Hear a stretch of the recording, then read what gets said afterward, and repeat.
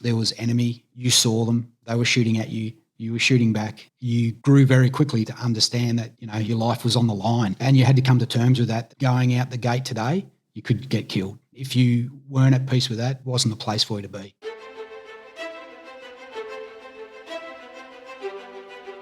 Welcome to the podcast where we track down Australian war veterans, have a chat with them, and hear their stories.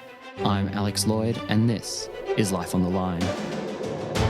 The single greatest sacrifice I've made is my family. We weren't out there to take country. We were out there to help people. That was our job. I did feel a lot of regret. Friends were still getting killed.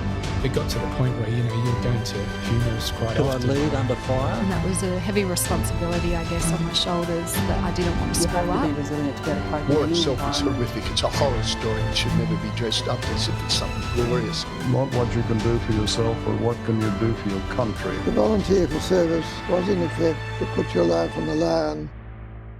Mark Direen is a veteran of the Special Air Service Regiment. He deployed multiple times to Afghanistan. He experienced long-range reconnaissance missions, more kinetic operations, and was injured by an improvised explosive device. He also worked at the Australian Embassy in Kabul. Today, he runs his company, Point Assist. Its goal, to assist people to evolve through experience. This is his conversation with Thomas Kaye. I'm Thomas Kaye, speaking today with Mark Direen. Mark, welcome to Life on the Line. Good to be here. Thanks for having me. So, Mark, let's start off from the beginning. What can you tell us about your childhood? My childhood was pretty normal, standard for the 80s, I suppose. Grew up, both parents still together, had good parents. We're a pretty outdoor-orientated family, so a lot of fishing and hunting, a lot of weekends away with the family when I was young. I grew up in Tassie, so didn't really leave the state at all, really, until I joined the Army, except for one weekend where I went to Melbourne for the football. But a good childhood, good youth, yeah.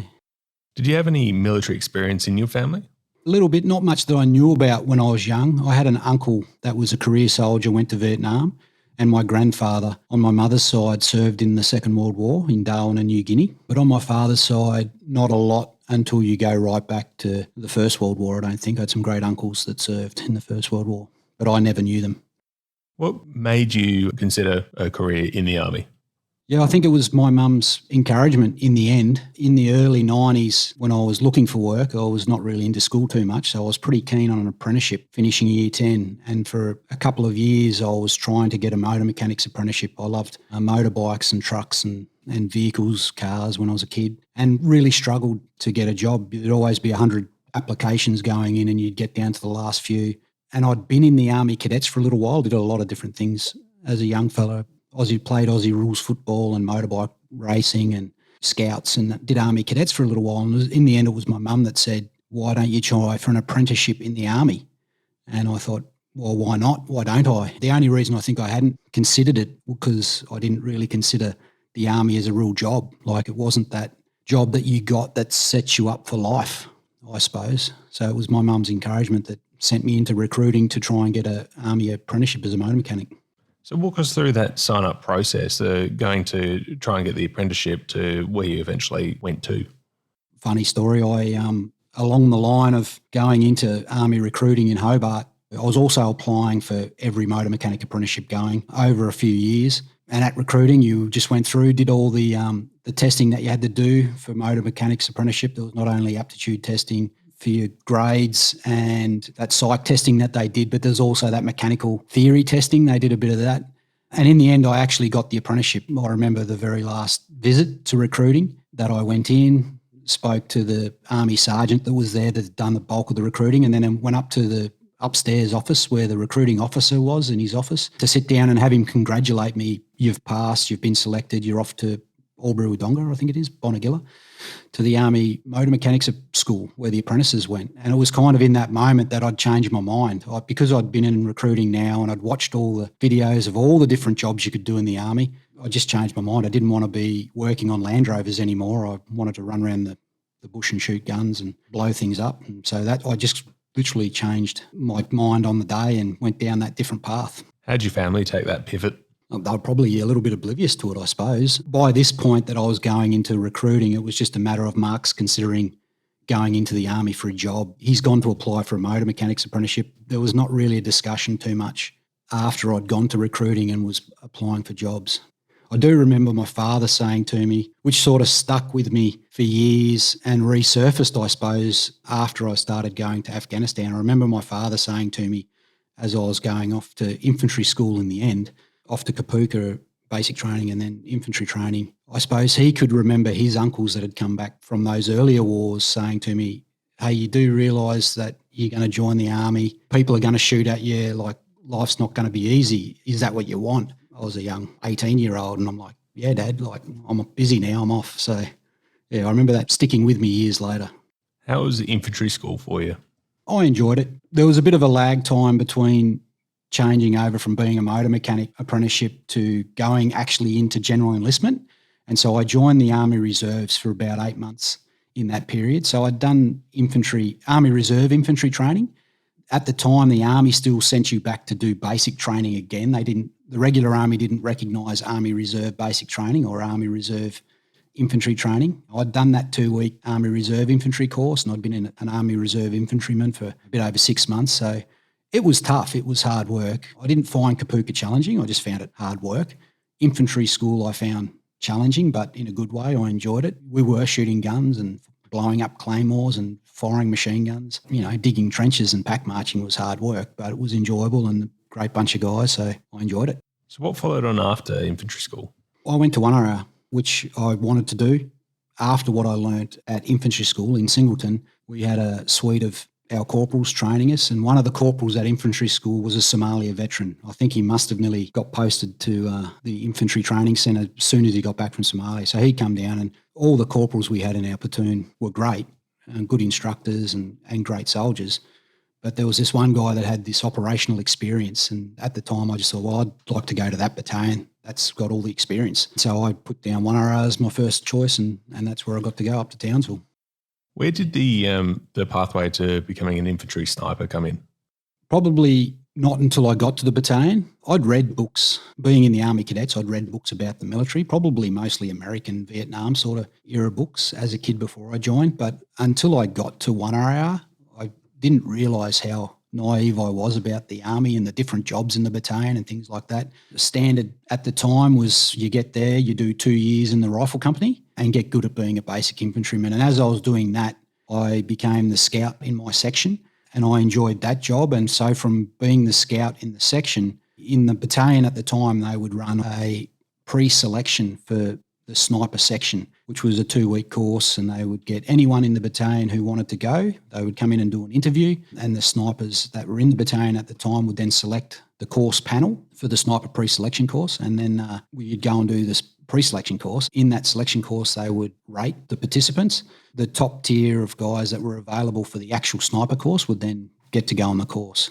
Funnily enough for me, I didn't rate in the top tier of blokes on that pre-selection course. I didn't botch it, but I just wasn't the best there. So I went back to my rifle company, which was Charlie Company, while some other guys got selected to go do the sniper course. At the end of that year, about 6 months later, the battalion was running its courses period and there was a recon course. And so I went on the recon course, did quite well, got selected to go to recon platoon, which I did for 12 months. And then the next year, I don't think they ran a sniper pre-selection course the next year. So I was a guy that already passed that pre-selection course. I got selected to go and do what the battalion had just raised, what they called the number 2s course was. So up until about that 1996 period, there was only the sniper course. You went to Singleton, did the 6-week course to get qualified as an infantry sniper. In about 1996, they started what they called the number 2s course, where it was a 2-week course. You didn't do as much of the planning and things like that. You just had to pass the sniper badge test, which was the stalking and judging distances and shooting and things like that. We went away and did a 2-week snipers number 2 course. I passed that and then got posted to the sniper section in 1RR. So what actually is an infantry sniper and how does it differ from a regular infantry soldier? You work in a lot smaller teams. As a sniper, you've really got to focus and get good at your basic soldier skills, things like navigation and camouflage and concealment and all those types of skills, the ones that you would think a basic soldier needs to know, you need to be good at. You need to be a good shot. And that's the main reason for that is the capabilities that an infantryman has to maintain, how long he would stay in the field without resupply, and the size of the group that he works in. The smallest group you'll ever work in, or you would work in my day, was a 10-man section. Even if your section was undermanned, it'd be 6 men. But normally a platoon. So there's going to be more than 20 guys. As a sniper, you might be out as a pair. So actually getting to your area of operations, you've got to navigate yourself. There's no relying on the section commander who's got more experience. So all your basic skills you had to be better at. The two things we focused on as snipers, one was the destruction of the enemy, the same as any infantry soldier, but it was more the long-range shooting piece, where a normal infantryman might be shooting out to 300 metres. We had to be able to shoot out to 600 metres, so it was further. And then we also were trained heavily in the intelligence gathering piece, so going out into the field, finding the enemy, observing them, or gathering information on terrain and things like that, and then taking back to the battalion headquarters. As a sniper, you would generally work directly to the CO of the battalion as opposed to a company commanding officer.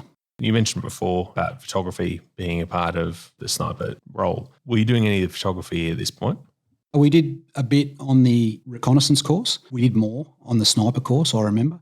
A lot of the gear when I did my sniper course in the battalion was old gear. The rifles we had, the old Parker Hale, I remember getting them.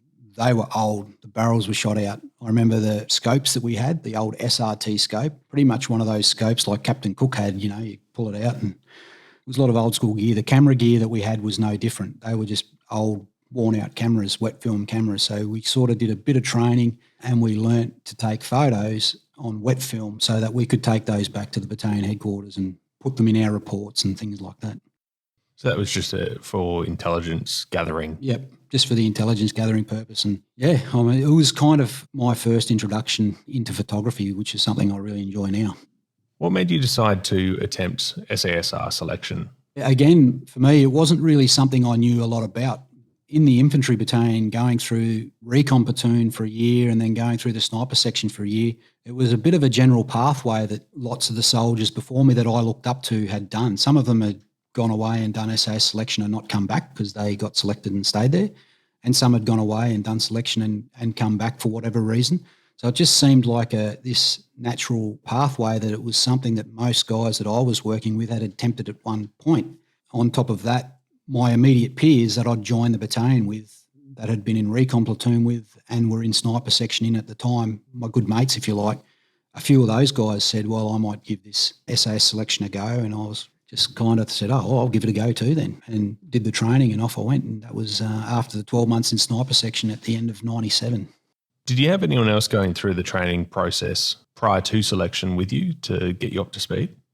Only my mates that I trained with, but they hadn't done selection either before. So there was always a few stories around. There was a lot less information around SAS selection in 97 than there is today. There was no books about it. There was no podcasts that you could listen to that would explain about it. So you could talk to a few guys that had gone and done it and come back to the battalion. You wouldn't doubt their advice ever, but you're always conscious that the guys giving you advice on selection weren't the ones that had actually passed. They were the ones that had been there and maybe been injured or maybe withdrawn at own request, but they'd come back to the battalion. They were able to pass on the advice. But then the guys that you were training with and prepping yourself for the course, they were guys exactly the same as you normally that hadn't done it before. I had a couple of guys, there might have been maybe about 4 of us from sniper section that year that did selection.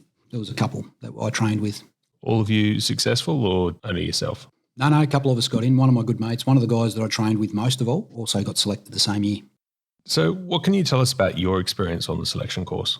Yeah, the selection course for me in 97 was hard. They worked you.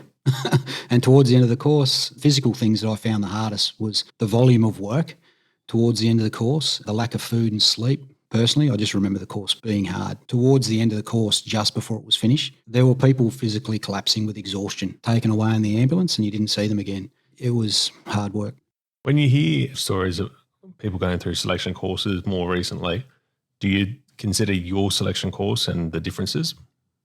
Oh, good question. I think the selection course at SASR, I mean, I understand now, I've been separated from it for a little while now, but the selection course I was on and the ones I instructed on later parts of my career, they were very similar.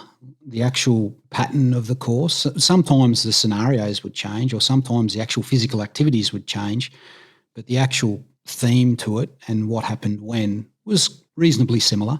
You can't just work everyone to death in the first 24 hours because they won't make the full duration of the course, which runs for weeks.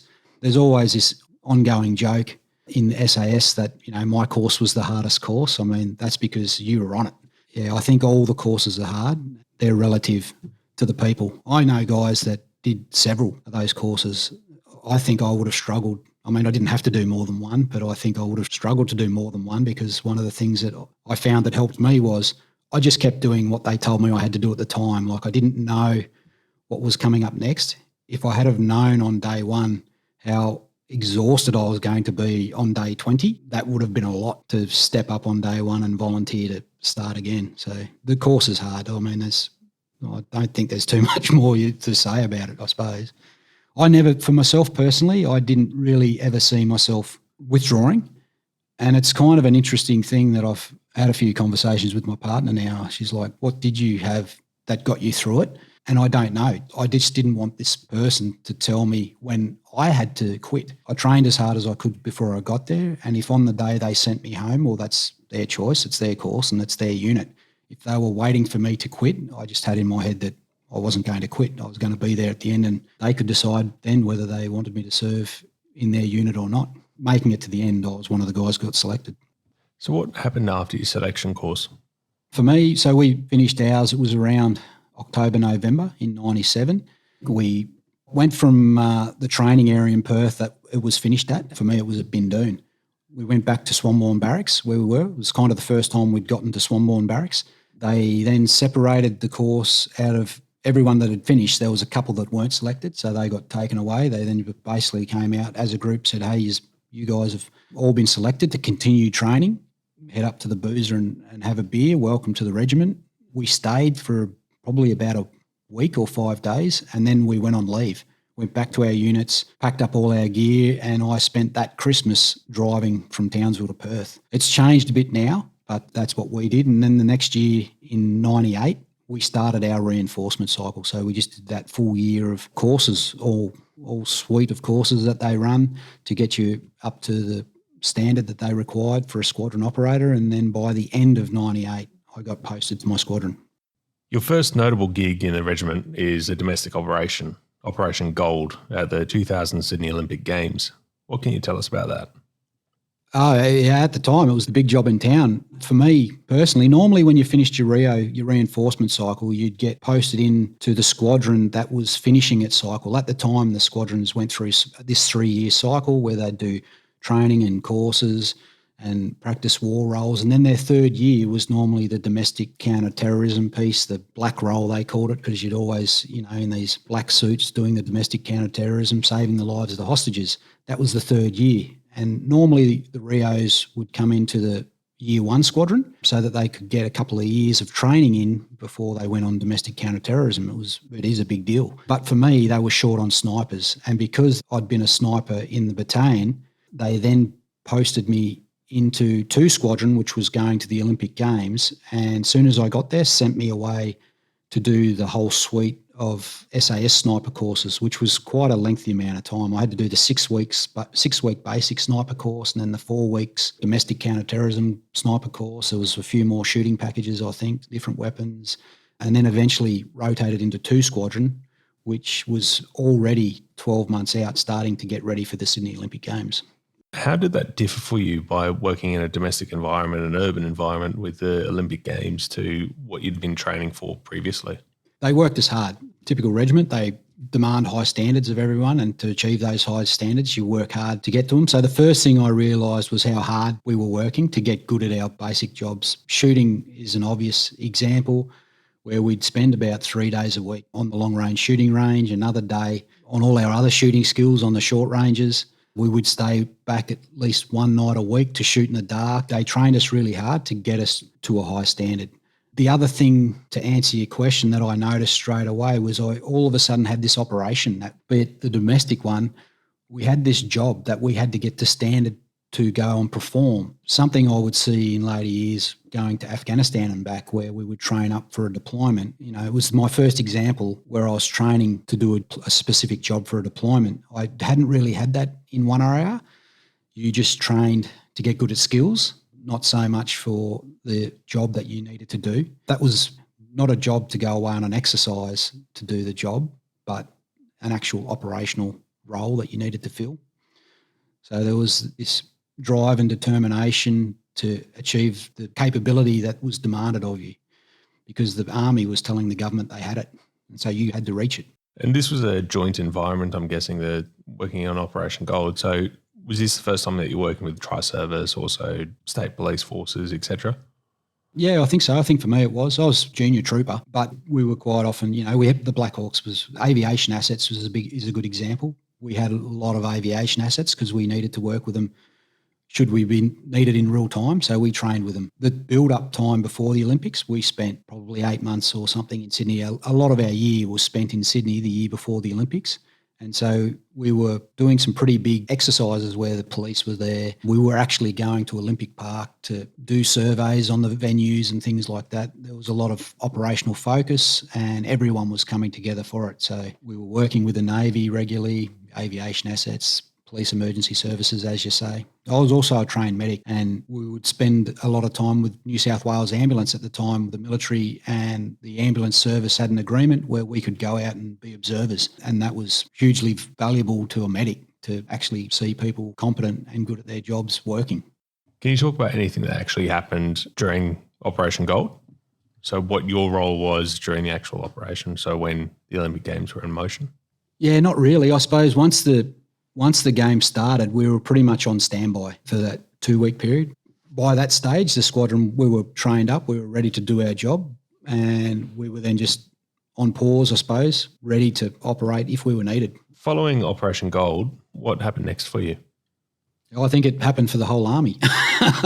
So while we're at the Sydney Olympic Games, the army deployed its first troops to East Timor with the unrest that occurred there as the Indonesians withdrew. The other squadron that had a lot of my mates in it was the first one to go to East Timor. We were obviously committed to the Olympic Games, so we stayed and did that job.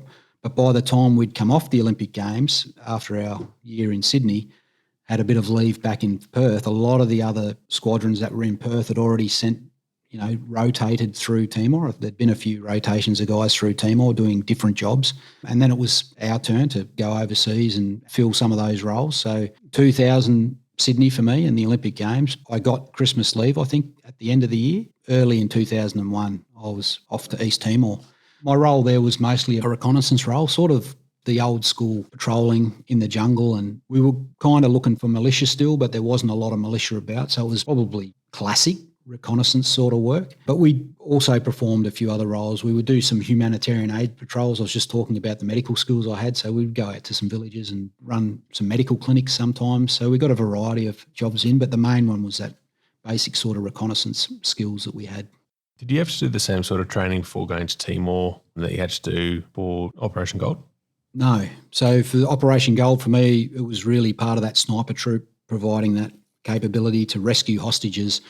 Whereas with it shifting when I went to Timor as more of that field reconnaissance kind of role, I switched back to a lot of the skills that I'd been retrained in the regiment, but they were the skills that I'd learnt in the infantry battalion as a recon soldier. So we're just going out in small teams, taking our notebooks and cameras, observation posts on border crossing points and things like that, watching for militia coming back and forth, using the medical skills, so going out to villages, talking to the villagers, running clinics. It was a lot of training that you already had, but the pre-deployment for that was more getting back to the field craft and less sort of domestic counter-terrorism piece, which is, I think, generically always going to be in that urban environment where people are living, whereas East Timor for me was more that rural environment out in the bush. Can you share any experiences from your Timor trip? I was fortunate. My trip was a little bit longer than a lot of guys where I worked in Timor, so I ended up staying over 6 months, but that was because of the elections that was held at the end of the year. So it was really rewarding, I suppose is the right word. It was rewarding to be in Timor for 6 months, and everyone that I was working with, including the infantry units that were there. 1RR was there when I arrived, and 4RR came about halfway through my trip. Everyone was trying to make East Timor safe so that they could get their first actual elections, and the elections went off really well. They elected their first government, and so that was rewarding to be there for that, absolutely.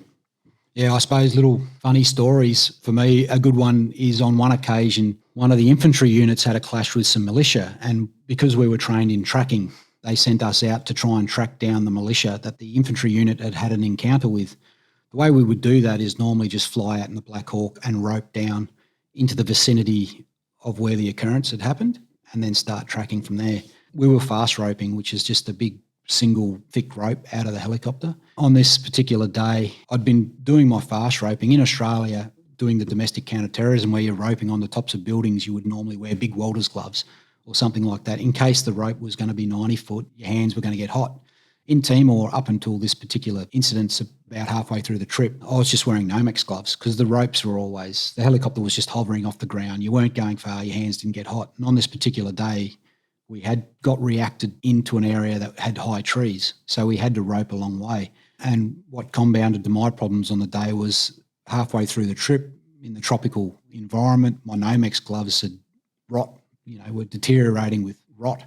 And so my gloves just ripped off halfway down the rope. And so I had to stop myself almost with single Nomex gloves, which ended up patrolling around, looking for militia, tracking them with burnt hands.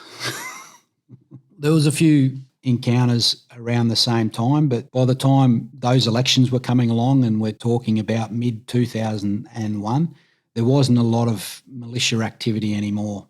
There was a bit of criminal activity going on. There's still a bit of smuggling back and forth across the border, but the militia had been faced with over 12 months of the Australian Army in East Timor. I suppose by that point were coming to the conclusion that they weren't going to win. They had started to die off a lot by that stage. Were you in Timor for September 11? Yeah, I was by one day. September 12 was my initial date to rotate back to Australia. Yeah, that huge pivotal moment that everyone remembers where they were. I was in my tent in my Mozzie Dome packing my gear up. And I remember actually someone coming in saying, hey, you should come and check out the news. Like there's some crazy events going on in America. They look like terrorist attacks. And I literally said to the person, mate, I've got to finish packing my gear. I've got to be up early to go back to Dili. I'm going back to Australia tomorrow. I'll just read about it on the flight or something. And so I kind of paid it off and went to bed. And it wasn't until the next morning that I woke up and it was still on the TV, which would have been probably the end of the day in America. As soon as we got back to Australia, we then started getting some briefings, I suppose, on what they knew and what was occurring, what was happening across the Australian Army. And some of my colleagues, because I just returned from Timor, my plan didn't really change. I was still set to go on a couple of weeks' leave after being at Timor for 6 months. My mates that were in the other squadrons again were getting ready to go overseas should the Australian government commit troops to help America. So not long later in 2002, you're deployed with F Troop 2 Squadron to Afghanistan. Can you walk us through that? The big learning curve, I suppose, where up until this time I'd played within the Australian Army. I'd got good at my job, my basic soldier skills within the Australian Army. I was in the 3rd Squadron to go away in 2002. Obviously, Australia sent troops in late 2001. I'm not sure what the date was. 2 rotations had gone through. I was in the 3rd one. Earlier in the year, I suppose maybe May or so we went. I can't remember the actual date. But it was soon as you arrived, it was pretty clear what a big deal this was, mainly because we were getting there and seeing the American presence. I mean, they'd established Bagram Air Base by the time I arrived. It was pretty rudimentary and it was nothing compared to what it ended up being 20 years later. To a young Australian soldier who had just been to Timor, it was a pretty big deal being there with all the American assets and the actual size of the commitment to initially fight Al-Qaeda and the Taliban out of the country. So that was all still there. It was a big deal. The job I got on that first trip was a really good job.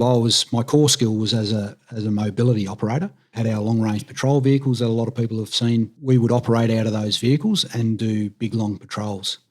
I think initially the American hierarchy didn't believe the Australian officers when the Australian officers told them how long we could go out into the field for, we could be self-sustaining and do these reconnaissance tasks.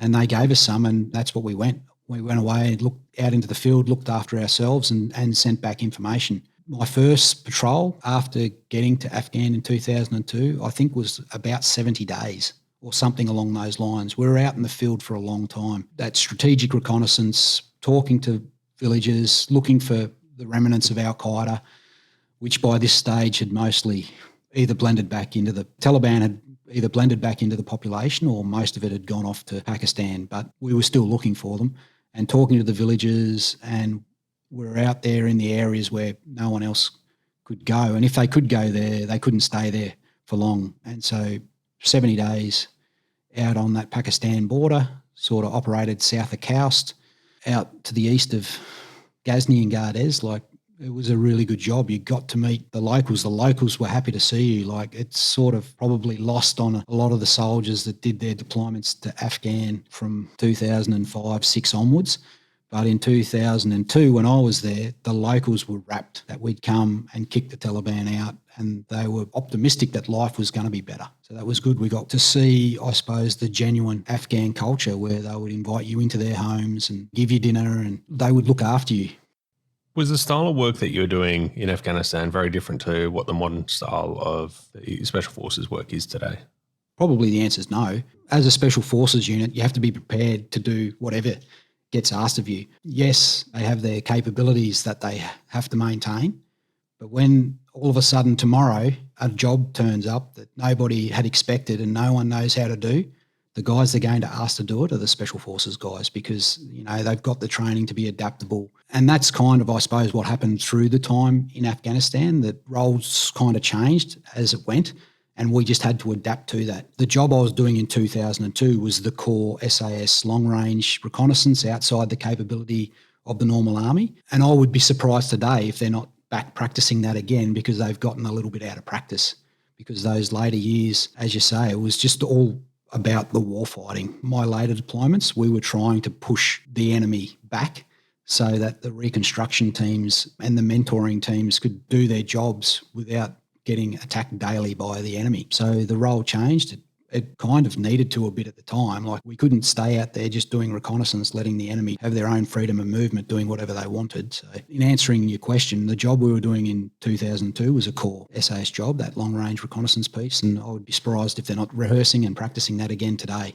With this being your third operation, going from domestic to Timor to Afghanistan, what were your boots-on-the-ground experience as you'd set your feet down for each operation? Yeah, Afghanistan, it was immediate that this was a war zone. While by mid to late 2002, the enemy weren't really bringing the fight to us, the feel there was a war zone. I mean, we had a few near misses with minefields because it's just the country that it is. They were, you know, old Russian minefields, and we drove into a couple by accident, and it was the locals that came out to say, hey, that's a minefield you're in, back out. So there was the gravity of where we were. It hit you pretty quickly. A couple of the earlier squadrons in late 2001 and early 2002 obviously had some skirmishes, had a couple of battles with the enemy. But by the time we were there, there was no real battles. But the criminals, everyone carried guns. The criminals especially carried guns, and they were happy to use them. On a few occasions, we apprehended what we thought were enemy combatants, and then sort of worked out later that potentially they were just criminals. But the gravity of the country wasn't lost on us, like the minefields, how old it was, you know, those old mud brick compounds and the areas you're driving around, and the hardness of the people was completely different to where we'd grown up, where we'd come from in Australia. So following your 2002 deployment, you spent a couple of years when you came back in training. That seems like it might have been a bit of a change of pace for you. Massive change of pace. Yeah, it was huge. I mean, at the time, I was going to get out of the army.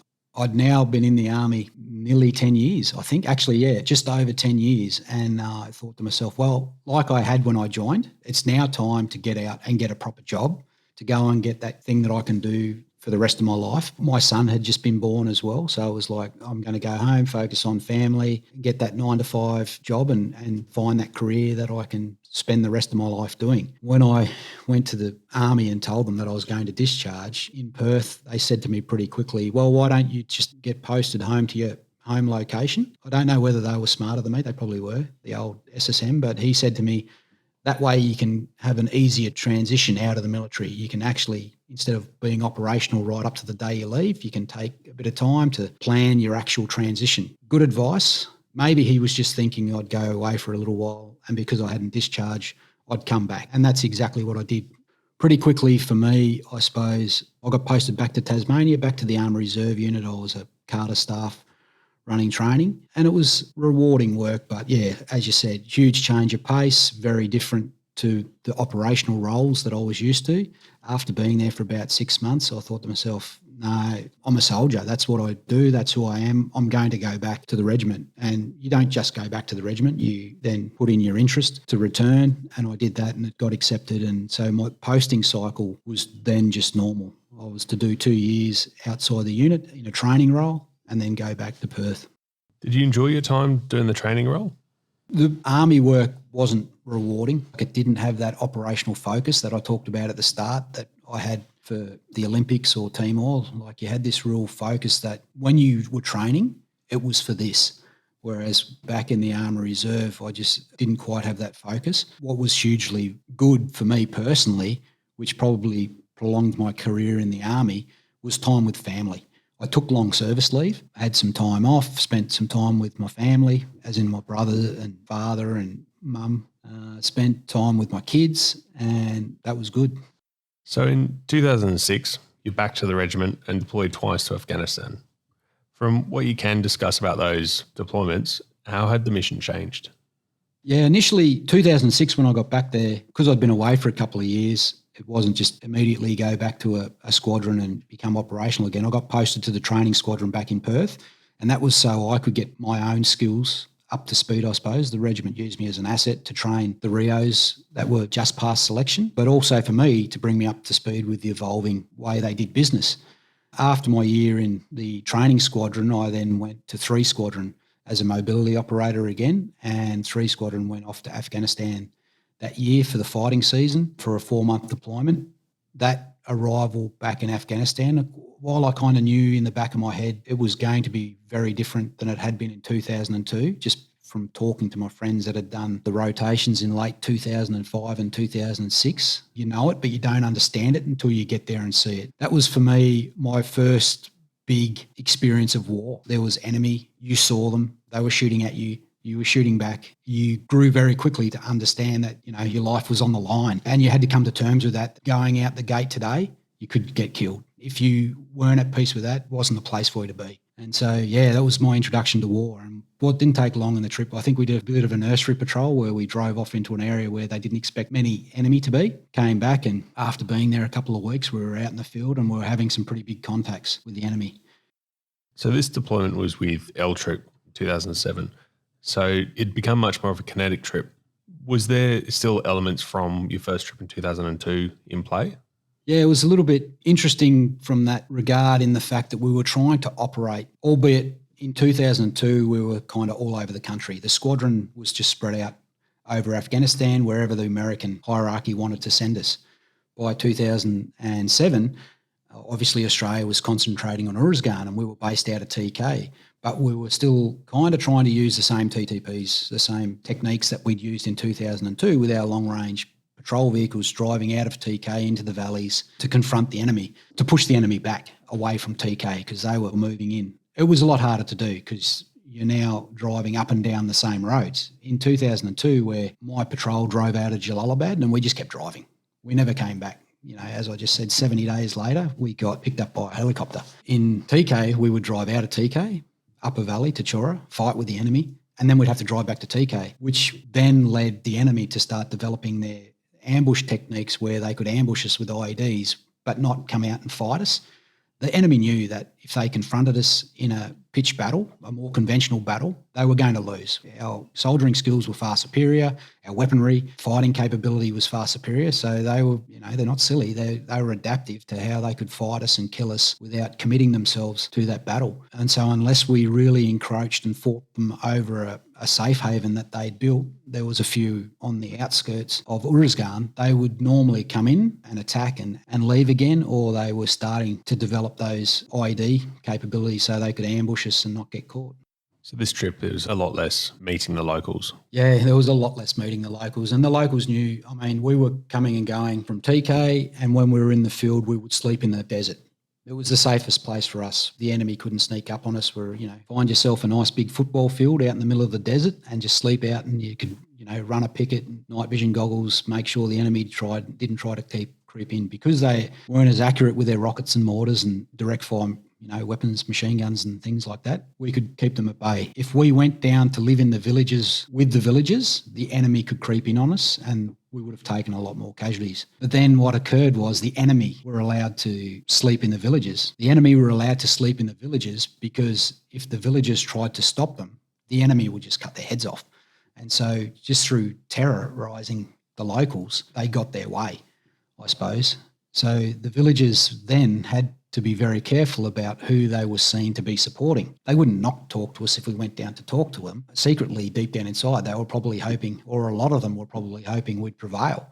But they knew also that the enemy was standing over there watching them talk to us. So they couldn't seem to be supporting us. Otherwise, there'd be repercussions for them and their families and things like that. It was a difficult environment where in 2002, doing the strategic reconnaissance, the mobility operations worked. But by late 2007, it was dangerous.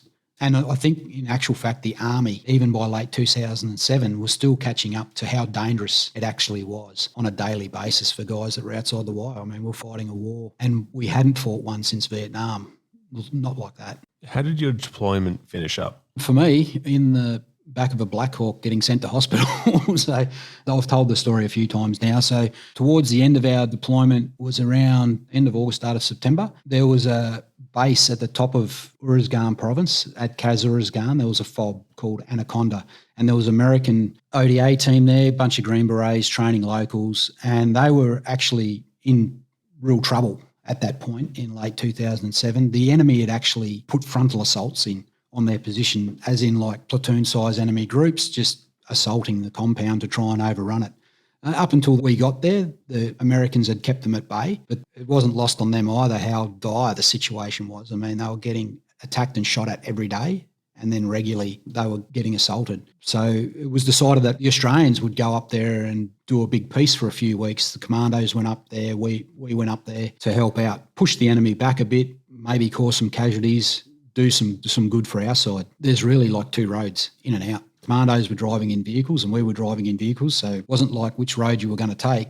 It was like, which road aren't you taking because we're on the other one. So we drove up there and the commandos drove up there as well. 2-day drive. On the way up, we had a few skirmishes. It was one of the biggest ambush positions I saw on that trip on the drive up, where we stopped on the side of a river bank to have lunch on the second day, just before driving into the township of Uruzgan. And we conducted a clearing patrol around the vehicles before we stood everyone down. Pretty common practice for us, but it was probably kind of clear that it wasn't common practice for the Afghan or American troops in the area, because as we got out of the cars and went to clear a small tree line, there was enemy in it. It was clear that they didn't expect us to come out and clear the trees before we started having lunch. There was only a couple there, thank goodness. We cleared through those trees and then had a look, and what appeared to me was that the group that was there was a small little caretaker unit for a position that they'd built. They'd dug in trenches and bunkers with overhead protection. It was quite impressive. If it had have actually been manned, and we were in the middle of the killing ground,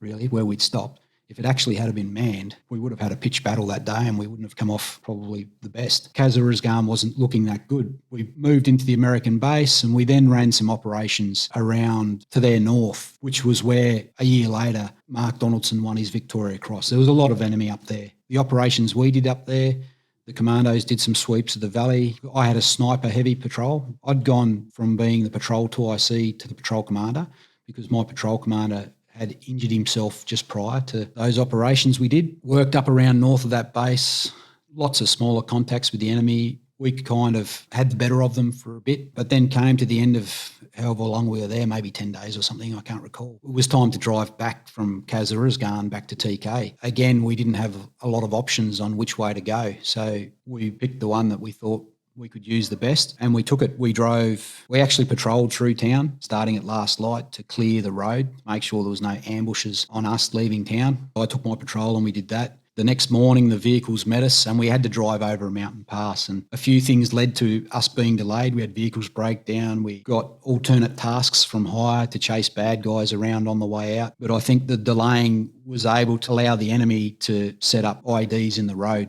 as we were leaving. As we then drove down out of those mountains from the Uruzgan side of the valley up over the mountains back down towards the Chora Charmiston side of the valley, I think it is. I drove my vehicle down the hill and hit an IED. And so that injured myself and the driver. Pretty big day, I suppose, when you at the end of the day, you're getting loaded into a Casevac helo and sent off to hospital.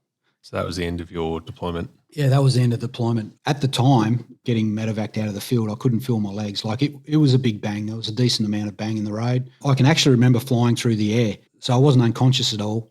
But looking back while I was airborne, I can remember seeing the LRPV probably a metre or two off the ground and talking about a 7-ton vehicle. So that's a lot of bang in the road to lift that car off the ground. I landed and bounced a bit. I actually went to jump up to go back to the car and get my M4 because I'd landed, I don't know what it was, like 15 metres or something from the car. Is how far I went through the air. And when I went to get up to go back to the car to get my rifle, obviously in my head I'm thinking, this IED could be followed up with a more complex attack. They could have shooters in the hills type thing. I couldn't actually get up. I couldn't feel my legs. And so I literally had to wait for my teammates to come down the hill from the vehicle behind to start providing me first aid. One of the first things I do remember is my other vehicle in my patrol, the team members from it running past me. So they pretty much ran out straight away, put security out. One of the other guys, medics, came and got me, and then sort of Casevac system pretty much started. It was maybe, I don't know, half an hour or so maybe an hour before the helicopter got there, picked me up, took me off to hospital. It wasn't too long. It was about the 24-hour mark that I started to get the feeling back in my legs. And after a whole swag of testing with the doctors at the Kandahar hospital, they had a big hospital for the American military at Kandahar and us. The doctors pretty much said it's just a shockwave that's gone through your body that's caused massive swelling. I mean, my whole body was purple pretty much just from the shockwave. I was very lucky that I hadn't really broken too many bones. I hadn't had any shrapnel injuries. It was just shockwave, and it was the swelling that was actually compression in my spinal cord, led me not to walk. So it only took about 24 hours, and then I was sort of up on crutches and limping around, and then it was just a slow evacuation back to Australia to go on sick leave and then rehab and get myself fit and able to return to work. What did your recovery process look like? Exactly that. I think maybe about a month, maybe about 4 weeks, just total sick leave. And then after that 4 weeks, it was into the pool. So you're visiting the military doctors quite regularly. And I do recall after a couple of weeks, the doctor saying to me, have you got your painkillers on you? And I'm like, yeah, they're in my day pack here. And I showed them to him and he took them off me. And it wasn't until that point that I realised I was still using these opioid painkillers that I shouldn't have been, because it was the next day that I was like, hey, I could really do with those painkillers again. The rehab was pretty good. I mean, I then got into the pool and slowly back into the gym and just started that recovery process that maybe took me a couple of months. It was probably about the 4-month mark that I got asked, are you good to go back to Afghanistan again? And I said, yeah. And so I deployed again the next year in a different role, but wasn't as much kinetic war fighting, I suppose. So I got myself as good as I could before I went, and off I went. So in 2009, you then transferred to the reserves. What prompted that decision?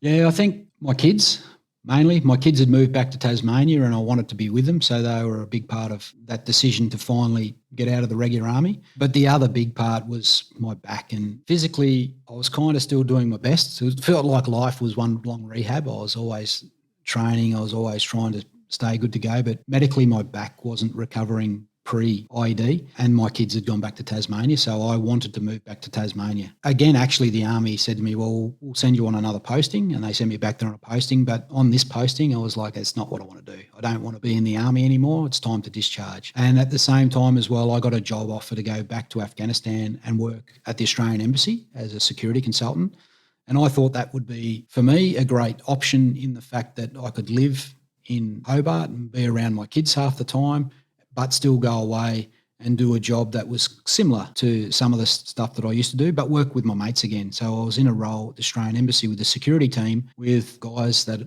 I'd known in the military, or if I didn't know them, they were ex-military guys like me as well. So I was with my people, I suppose.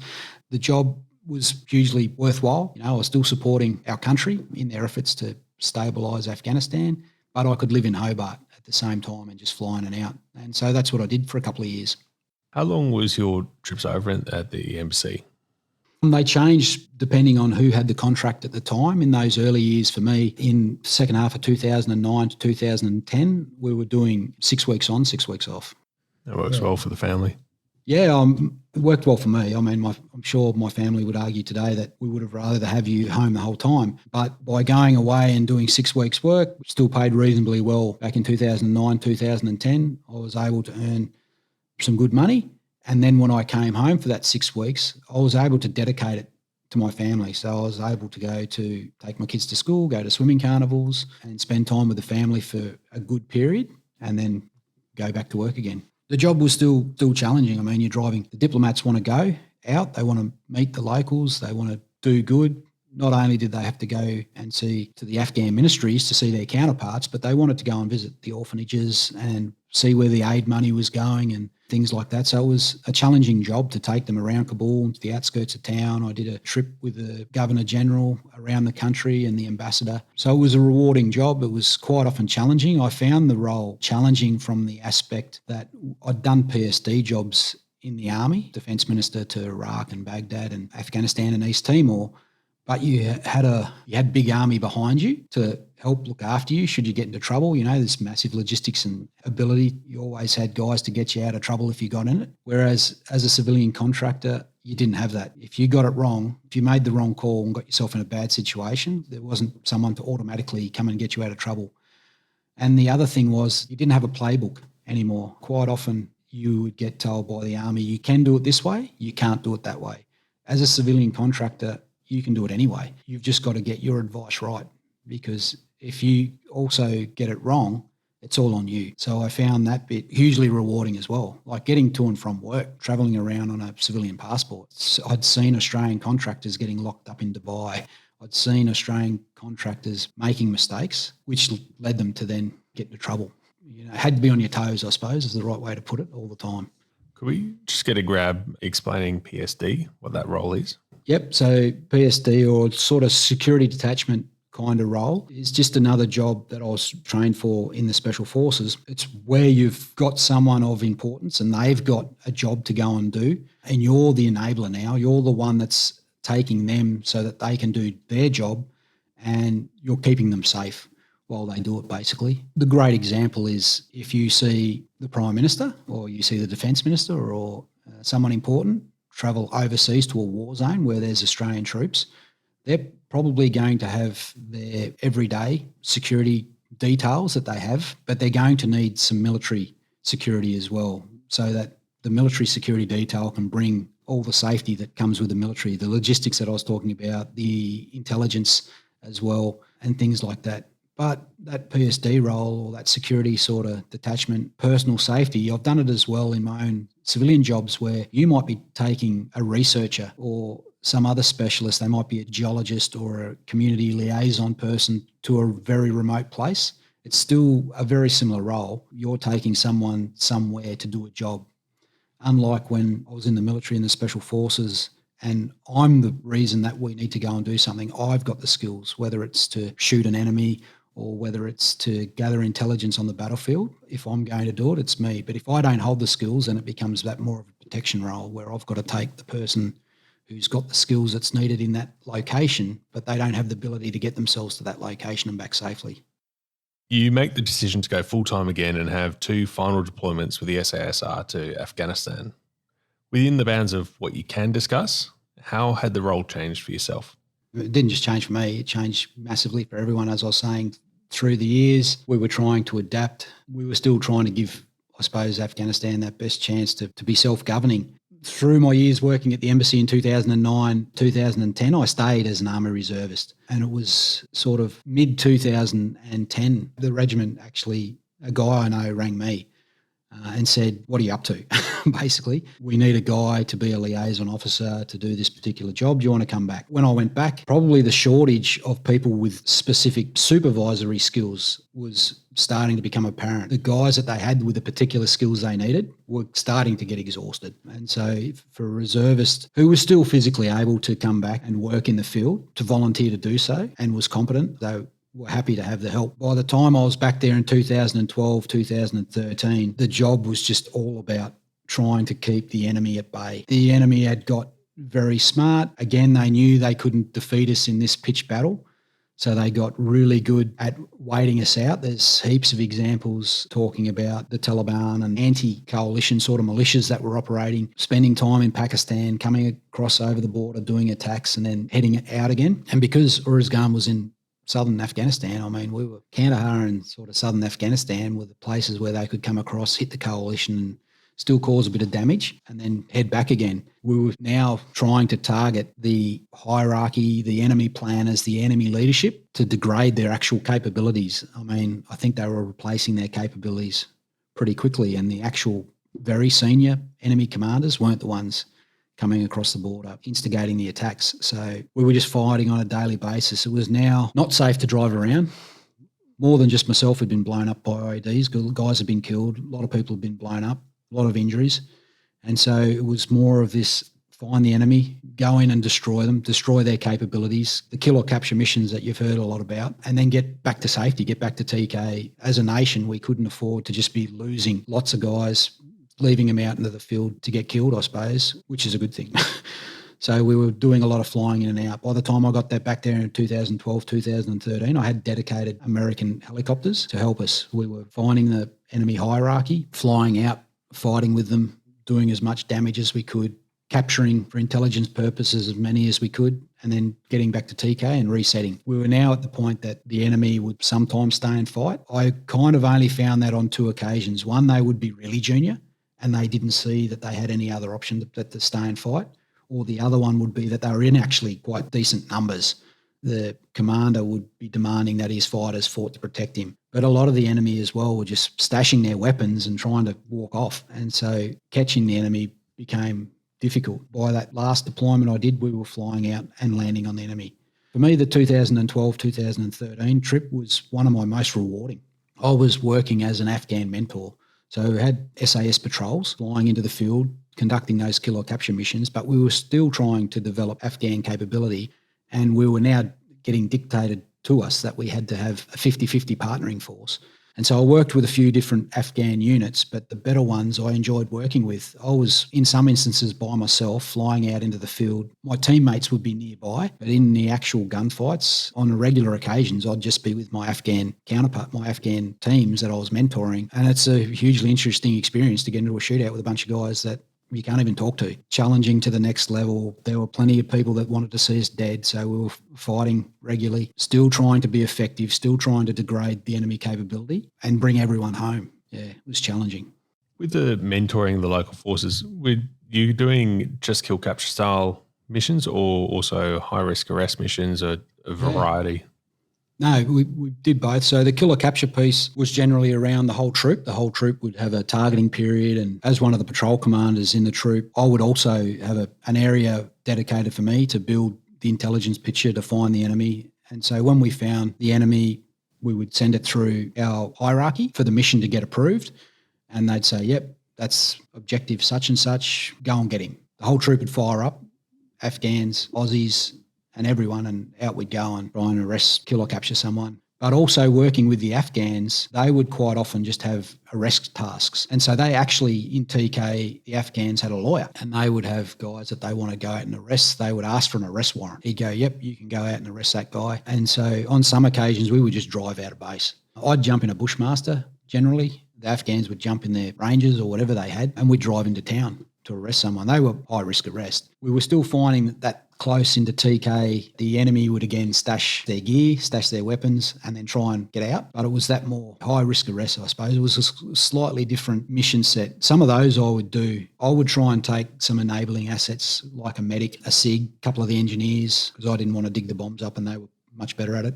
They were braver than me, so I'd take a couple of those guys with me. But those enablers, the Bushmaster drivers, I would quite often find on those high-risk arrest missions, they might be 90% Afghans. We weren't going as far out into the bad lands, I suppose, but on the outskirts of TKO or something, it was a very different mission feel. Like the Afghans were kind of running it themselves, and we were there to maybe call in some fire support, maybe call in a medevac if it needed. Pretty much by the time we were leaving, the Afghans still didn't have their own air mobile medevac capability or anything like that. So they were relying on us for that. Other mission sets, there wasn't too many other mission sets that I did on that last 6-month trip. I mean, we went a couple of times to watch the heroin get burnt, which was super interesting. Drive out with my Afghan partnering force and watch them set fire to a couple of dump truck loads of heroin. Yeah, it was daily grind of kill or capture missions, trying to keep the enemy back, so that it was almost by 2013 we were trying to keep the enemy back so we could just leave. If they weren't fighting us in TK, they were there. I had some of my partnering force get killed just in TK. Bad guy just walked up, shot someone. They were everywhere. It was almost from 2005 up to maybe 2009, we pushed them back. I mean, there was guys fighting on the edge of TK. Myself in the Murrumbidgee Valley in 2007, up around Chora and north of Chora in 2007, we were pushing the enemy back. Their safe havens were further out. By 2013, they still had those safe havens and they were sending teams in closer. Well, that answers a bit of the next question, but you've been deployed to Afghanistan for pretty much over the 10 years by this point. How had you seen the country change over that time, from first time you put the boots on the ground to the last time that you were leaving? I watched the people get tired. From the euphoric days of 2001, 2002, they were ecstatic. They thanked us for coming in and getting rid of the Taliban. And with the military, the time I spent in Kabul, you could just see the difference with anyone could go to school. Anyone could try and make a living. There was money in the country. People could get jobs. They were generally grateful. It's a hard one now in light of what the country has resorted back to. But it saddens me that in the end, we let the people that were willing to blow up the civilian population with car bombs, we let them win because we weren't willing to make the sacrifice, I suppose. Whether that's right or wrong or not, we weren't willing to make the sacrifice in lives and time to stay there and see it through. In the end, the guy that was willing to send someone to blow up a mosque, send someone to blow up a school, that's the guy that prevailed at the end of the day. And so it's sad. By 2013, the Afghan population was tired. They just wanted us to go away because they were sick of the fighting, and the Taliban weren't going away. We were either going to have to destroy them or stay for 100 years, I suppose. Who knows? I sometimes get frustrated now a little bit because I think back how long us and our coalition partners were willing to stay in Germany after the Second World War, or how long we were willing to stay in Japan after the Second World War. We weren't willing to do that in Afghanistan. 20 years was our limit and we're off, and regardless of what the outcome was going to be. So I suppose I'm a little bit biased. I dedicated a good part of 20 years of my life to the country, both in the military for my deployments and 8 years as a civilian. While you were working at the Australian Embassy in Kabul, you also founded Point Assist. What can you tell us about your company? Yeah, Point Assist was initially, I started it because I needed a company to contract myself through to security companies. That's initially all it was, this small contracting company. After working in Kabul for a little while, and I already talked about, I might be doing 6 weeks on, 6 weeks off, or the later years contracting, I was doing 8 weeks on, 4 weeks off. Inevitably, I was like, what can I do with my company on my time off? I loved hiking and trekking in Tasmania, so I thought I'd do a bit of hiking and trekking guiding down in Tassie. So I just started to change my company from being a security consultancy, I suppose, or safety consultancy, which was really just me, myself and an oppo, if I needed a couple of people to do a job, became more of this adventure tourism sort of feel. And it's evolved a lot over the last, however long it's been. 2010 I started my company, so yeah, coming up to 13 years now. I found in the early days I'd take a few people hiking every now and then, but it's hard to compete with a big trekking company or a big adventure tourism company. You can't compete with their marketing budget when you're a small outfit like mine. All my clientele just came word of mouth. And so then as the years went by, I found people were coming to go hiking with me to hear about my experiences and to learn more about. The questions I would generally get would be not so much about the wildlife in Tasmania or what rocks are these. They would be, how do we sterilise water? Talk to me about survival and things like that. So then I found that my actual business of taking people hiking was just the means of passing on knowledge. And so that's kind of what my business evolved into now. When people ask me today, what's your business? I no longer say it's a security consultancy or it's a safety consultancy. I tell people it's an experiential learning company where you come along and I'll give you life experience. And the reason life experience is good, life experience is what helps you develop your core skills. Some people can call it talent, it's core skills. It's the things like resilience and adaptability and teamwork and leadership. All the skills in life that, yeah, it's great to read a book about it, but in my opinion, reading a book about resilience is not going to make you more resilient. You need to do things that are a little bit hard for you, that have you a little bit outside your comfort zone, so that next time when you've got to do that particular task, it's not so hard anymore. The more times you can string those things together, the more you can build that, resilience and toughness. Adaptability is the same to me. Puts you in an unpredictable environment, you'll get better at working at unpredictable environments. Whether I'm taking someone now hiking up a mountain in Tasmania or I take them overseas to a foreign culture they know nothing about, it's all about the gathering of life experience, which improves people, gives them more wisdom, gives them more knowledge, gives them more skills that they can take to any task that they have in life. There's a famous saying that I read again just recently that you can give people skills, but you can't give them talent. I don't 100% agree with that because I believe that talent is the same as those core skills, those soft skills, and they can be developed with experience. If you hang around a bunch of exceptional leaders, it'll go a long way to making you a better leader. That's what I do now. Quite often I find that I've got to vary parts of an experience to tailor that to people I'm working with. There's no point taking someone that's never climbed a mountain before and trying to get them up the hardest mountain in Tasmania in the middle of winter when there's blizzards and snow, because you'll just scare them away from mountains. They'll never want to go back. So you've got to kind of tailor the experience to the person. You've got to tailor the difficulty level. You've got to tailor to what they see, what they're passionate about as well. Like if you're taking someone to do something that they're passionate about, they'll have more resilience from the start and you'll be able to develop the person further. So that's kind of what the company has developed into now, which has led me to the veterans projects that I've sort of done as well. So my company has a project funded by the Tasmanian state government where I teach veterans to be venture guides. It came about because when I went to become a venture guide, I pretty much went, well, I was a patrol commander in the SAS. I don't need to go to TAFE and learn how to take someone out into the field. I got that. But not every veteran has that same philosophy, I suppose. They think, I'm going to do a new task, like the military train me to do things. I need to go and learn this new thing. So they don't value their core skills as high as they should. As far as taking someone into the field, any infantry section commander would be a gun at it just because he's already learnt how to live in the field, how to cook food in the field, how to navigate. There's a few little bits and pieces that he might need to learn the differences between being in the military and running your own business or looking after a client, which wasn't his core sort of job, but he's got a lot of the actual technical skills already. And if he was a good section commander, he's without a doubt in my mind got all the actual soft skills that he needs. I run a program where we run a work experience style event and teach veterans how to be adventure guides. And the other big part of my business now is what you guys do. I love to share veterans' experiences. Two major reasons for that. One is it's good for the veteran's own mental health if he's able to process it and be able to share it. It's good for the veteran. Also good for the veteran, which has less to do with him, is if the general public can understand the experiences that he's gone through, the hardships that he's had to face and the sacrifices that he's had to make. So my business runs another project called the Point and Shoot Veterans Photography Exhibition. And that came out of COVID where I needed something to keep some veterans interested in the trekking piece.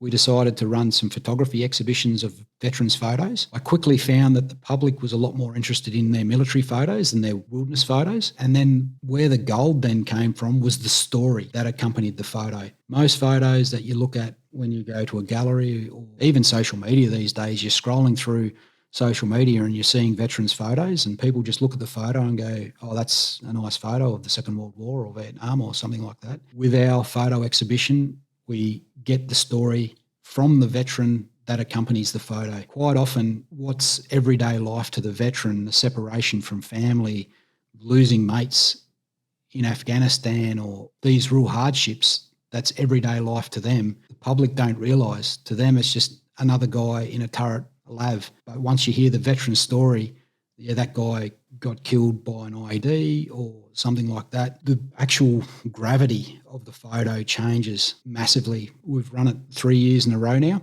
and we have tears at every exhibition, but they're good tears. Like I have members of the public coming up to us, wiping the tears out of their eyes, thanking us for enlightening them. Some of the photos have been hugely powerful. One little story, I suppose, which I've told a couple of times. I had a daughter of a Vietnam veteran ring me in Tasmania and say, I've got heaps of my father's photos. Can I give you some of my father's photos for the exhibition? I said, I'd love to have them. And we had a couple of conversations, which then led me to say, is your father still alive? And she said, oh, yeah, he lives up the road. I said, can I speak to him? I'd love to get some of his stories that accompany the photos. And she said, oh, of course. She then walked across the road with the phone, handed it to her dad. I then proceeded to have a 2-hour conversation with her father on the phone. And I'm scribing madly in my notebook at all these amazing stories that accompanied the photos. And they were great. The guy was an engineer in Vietnam, clearing mines, just happened to have a camera, I think against policy at the time, but they're letting them get away with it now. He then eventually, an APC he was driving along, hit an IED, evacuated back to Australia, moved back to Tassie, stayed in reserves for a few years and eventually discharged. Had this great conversation with him for a couple of hours on the phone. I've got pages and pages of notes. I've got a couple of dozens of his photos. He then handed the photo back to his daughter after saying goodbye. His daughter then proceeded to tell me she'd never heard him talk about his experiences in Vietnam 50 years later. And I'm like, that's the problem. Why are these people not sharing their stories? It's great for them and it's good for our country to be mature enough to listen to them and understand them. Hugely passionate about the point and shoot. Love sharing people's stories. Important stories. I think it's good for the country. How can people find out more about point and shoot? Point and shoot's actually growing a little bit. It's got its own website now. So the last 3 exhibitions we've put online, point and shoot, www.pointandshoot.online. But if you can't remember that, you can find me, put myself all over the internet now. So I've got a Point Assist website, and at the Point Assist website is where the Veterans Active Recreation Program, the one sponsored by the Tasmanian State Government, there's a page of information there about that.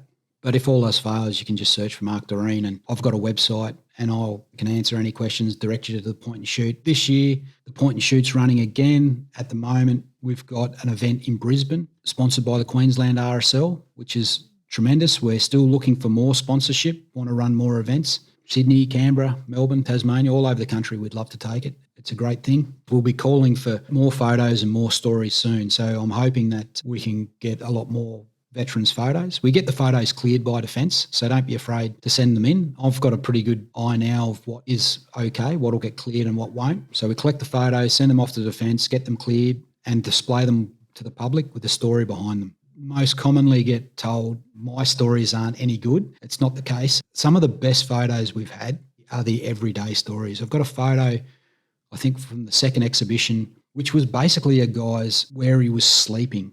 And it was some fob. I can't remember what fob it was. It was when they were building some fob in Afghanistan. This was his bed space for a few days. I mean, it's the average infantryman wouldn't bat an eyelid at the photo. There's a set of webbing that the guy was using for a pillow, his rifle lying beside it. There's a bit of a HESCO barrier in the background. And the amount of community members I've seen stop and look at that photo and read the story and go, oh, where's the guy's bed? It's like, no, he's an infantryman. He doesn't have a bed. He sleeps on the ground. It's just the little stories like that actually educating people. There's no story, there's no photo that's not worthy. Send them in, please. So after all that, how do you reflect on your time in the military today? Grateful. I've been able to have the experiences I've had. I think now I've come through them all, the good times and the bad, lots of hardship, but a lot of good times as too, like mateship that most people couldn't comprehend. I'm the person today because of my 16 years in the regular army, and I'm glad I'm the person I am today. So I think grateful is the word. That's how I reflect on it. Would you do it again? Yep, I would. Hopefully it wouldn't take me the second time. Yeah. And the military's not easy. It's not for everyone. I've had heaps of near misses. I've lost good friends. Blaine Diddams was a good friend of mine. Matt Locke was a good friend of mine. Most of the SAS blokes that got killed in either training or on operations in the last few years I've known. So you lose a lot of friends. But at the same time, it's an important job too. We wouldn't have a country without a military. So we need people that are willing to step up and defend our values, I suppose. Well, Mark, thank you for joining us today and sharing your incredible story. And thank you for your service.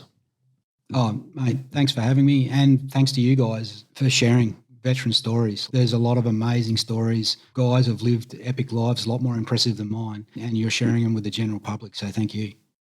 I'm Thomas Kaye, and you've been listening to Life on the Line.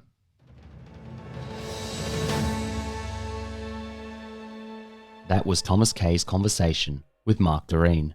We have interviewed many other Special Air Service Regiment veterans, as well as other Special Forces veterans. Check out our list of episodes in your podcast app or on our website. Follow us at Life on the Line Podcast on Instagram, Facebook, and YouTube, at LOTL Pod on Twitter, and at Thistle Productions on LinkedIn. Our website is www.lifeonthelinepodcast.com. Life on the Line is brought to you by Thistle Productions. Artwork by Big Cat Design. Music by Dan Van Werkhoven. Thank you for listening, and lest we forget.